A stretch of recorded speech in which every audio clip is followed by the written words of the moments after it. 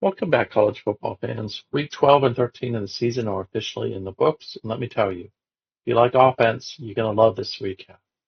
We've had massive blowouts, top 25 teams getting stunned, and some ridiculous single-game stat lines.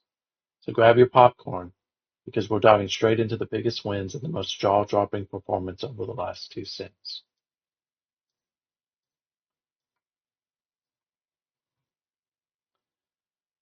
Let's start at the very top of the polls, where heavyweights made huge statements. The number one ranked Maryland Terrapins proved exactly why they are the team to beat in the SNCFL.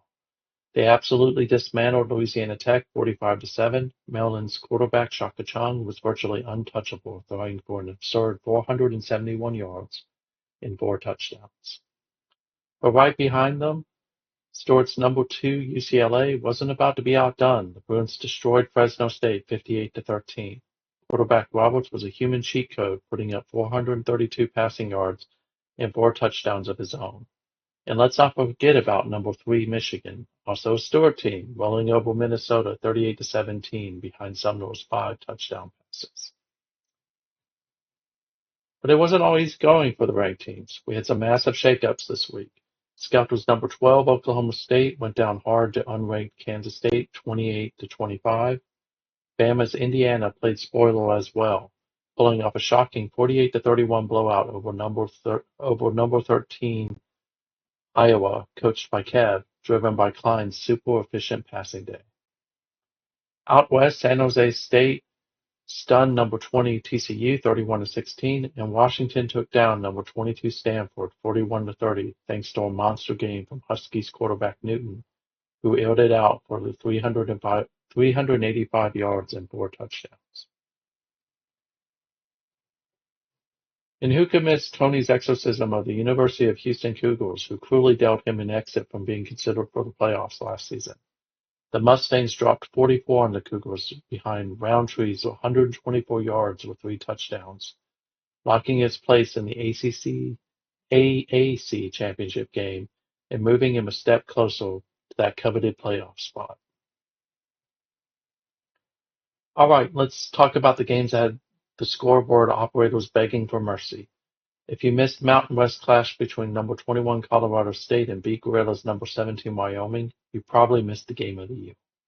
Colorado State pulls off the upset in overtime 55-54. Rams quarterback Barash had a game for the history books, 480 passing yards and seven touchdowns.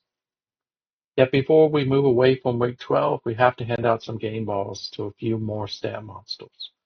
Iowa State's Lumpkin was throwing darts all afternoon, passing for 354 yards and six touchdowns in a 42-37 win over Baylor. And for all you ground and pound fans, Texas Tech's Blankenship was an absolute workhorse. He carried the rock 32 times for 245 yards and two scores as the Red Raiders blew past Kansas 34-13.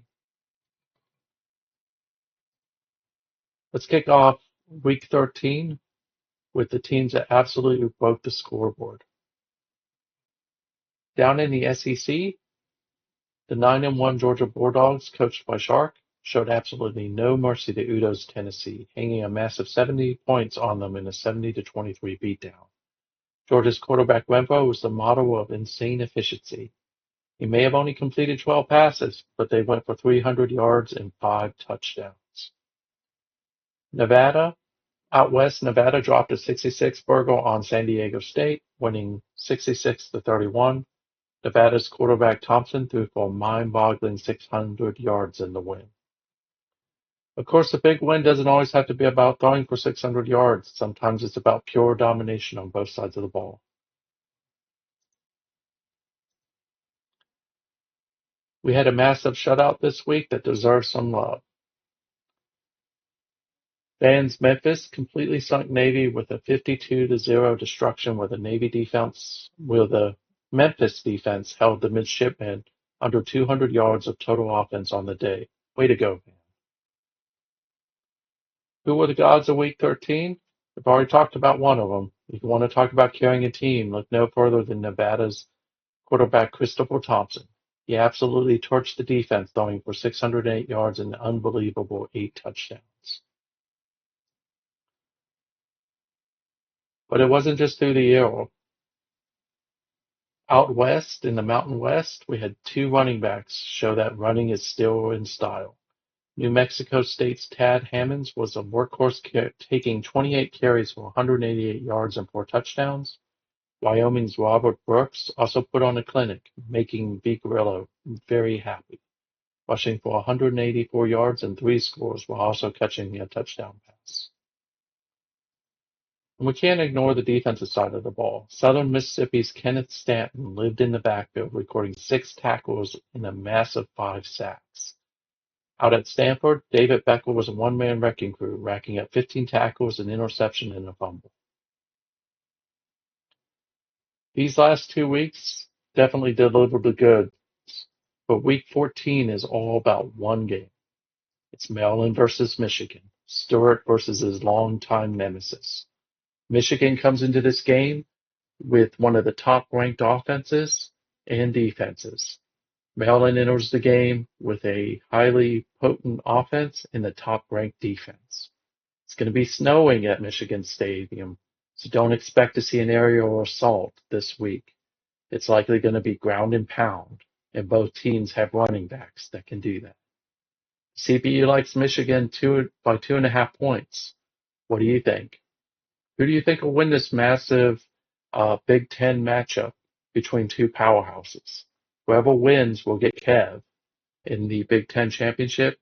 The other team will likely be playing for a top 5 seed. Also, who was your favorite performance from this period of 2 weeks? Do you also think that Tony and SMU are a legitimate national title contender? Who do you want to see make the playoffs? Let me know down in the comments. If you're interested in joining the league, let me know. We'd love to have you. The information is in the video. I'll catch you guys in the next video. Thank you, as always, for your time and your support. Have a great weekend.